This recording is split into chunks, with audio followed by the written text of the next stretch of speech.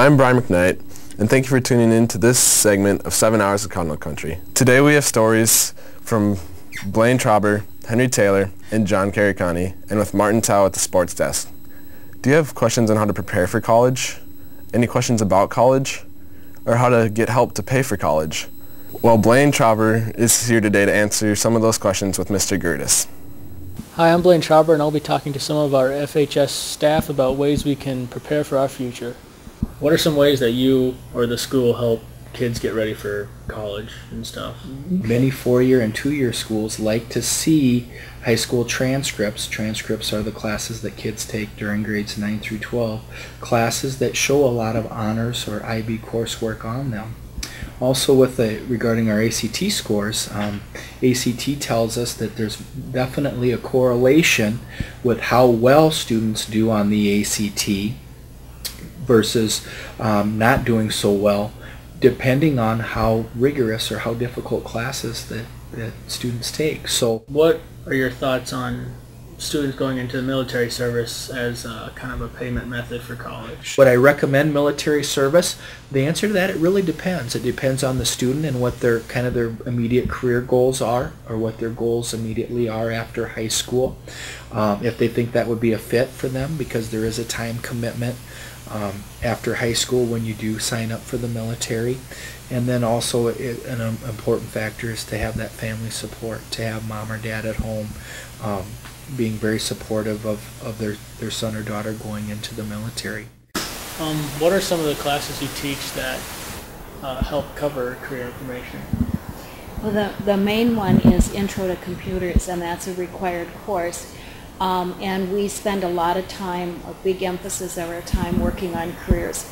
We use a program called Minnesota Career Information System, or we call it MCIS. And students get their assessments. They take assessments that list their interests and their skills and so forth, and come up with some careers that match those. They take those along with careers that maybe they know they like, and then they research those further. Wow, that was some fantastic information, Mr. Gertis. Now let's see what happened this weekend at the ping pong tournament. There was a Fairmont High School school-wide ping pong tournament over the break on Sunday, February 17th. There were roughly 50 competitors in the tournament, and the top 5 received prizes. The tournament started off with the people divided into 4 pools, and the top 3 players from each pool went into a 12-man double elimination tournament.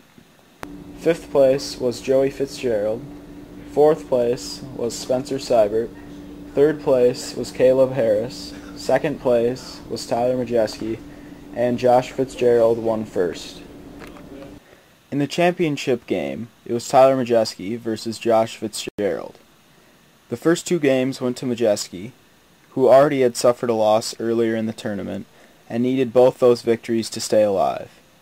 Josh Fitzgerald took the last 2, claiming victory in the tournament.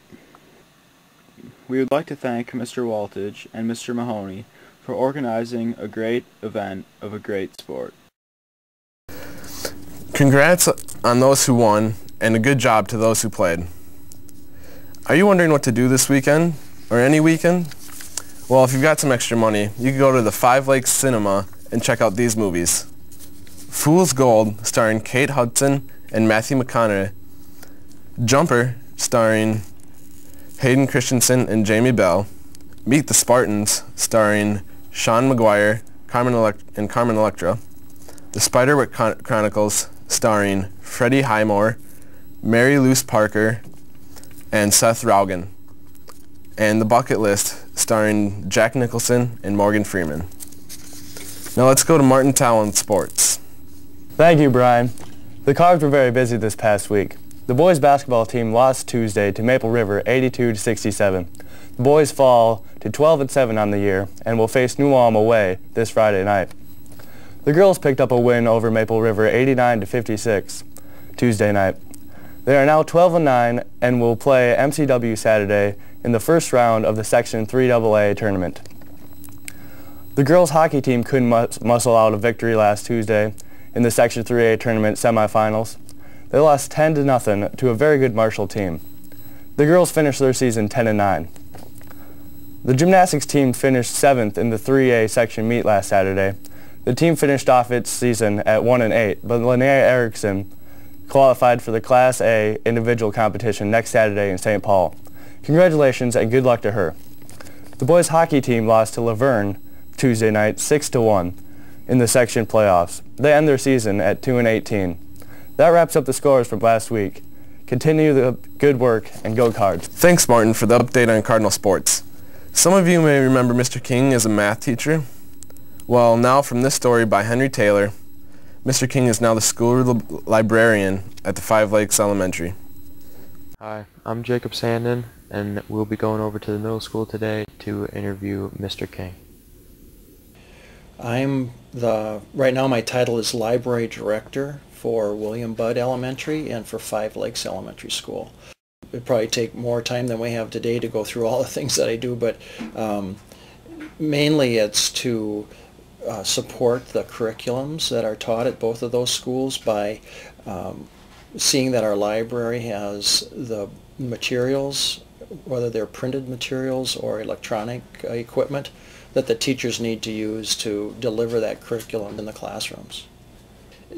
You know, helping match teachers and students with resources that they need. We can search for those electronically.